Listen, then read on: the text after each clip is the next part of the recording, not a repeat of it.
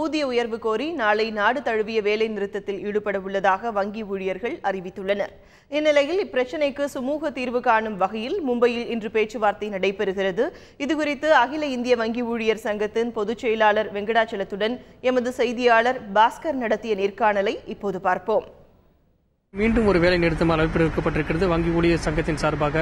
இது பொதுமக்களுக்கு எவ்வளவு பாதிப்புக்கு உள்ளாகும், இந்த வேளையில் மும்பையில் நடைபெறக்கூடிய கூட்டம் எத்தனை மணிக்கு தொடங்குகிறது, யார் யார் பங்கேற்கிறார்கள், அதனுடைய முடிவுகள் எப்படி இருக்கும்?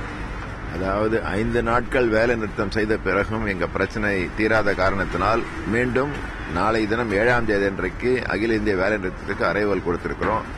இந்த பின்னணியிலே நேற்றைய தினம் மத்திய அரசாங்கத்துடைய தொழிலாளர் நல ஆணையர் முன்பாக ஒரு சுற்று பேச்சுவார்த்தை, சமரச பேச்சுவார்த்தை நடத்தப்பட்டது. அதில் அரசாங்கத்தின் தரப்பிலே 2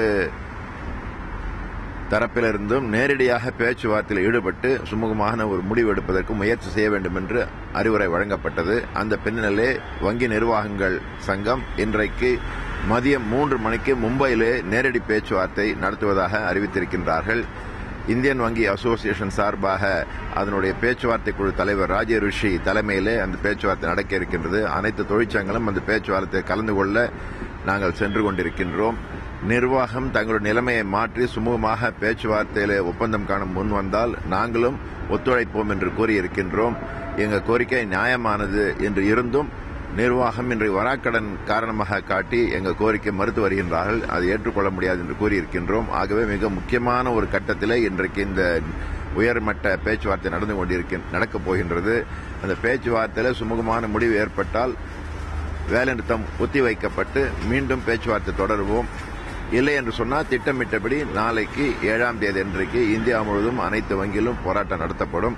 ஆக நிர்வாகம் எங்கள் கோரிக்கையை சுமூகமாக ஏற்றுக்கொள்வார்கள் என்று எதிர்பார்க்கின்றோம். இன்றைய பேச்சுவார்த்தை தோல்வியில் முடிவடைந்தால் நாளை நடைபெறக்கூடிய வேலை நிறுத்தத்தில் தமிழகத்தில் எத்தனை வங்கிகள் பங்கேற்கும், அகில இந்திய அளவில் எத்தனை வங்கிகள் பங்கேற்கும், அதைத் தொடர்ந்து அடுத்த கட்ட நடவடிக்கைகளாக என்ன முயற்சிகள் மேற்கொள்ள வருகிறீர்கள்?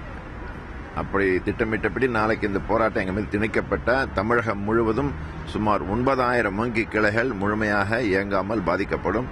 வங்கி துறையில் எந்தவிதமான சேவையும் நாளைக்கு அளிக்க முடியாத நிலைமை ஏற்படும். இந்தியா முழுவதும் 80,000 கிளைகள் இதனால் பாதிக்கப்படும். வங்கி ஊழியர்களுடைய வேலை நிறுத்தம் நாளை நடைபெறக்கூடிய இருக்கு அப்படிங்கிறது சுமூக பேச்சுவார்த்தை இல்லைன்னா அடுத்த கட்டமாக என்ன நடவடிக்கை மேற்கொள்ள இருக்கு?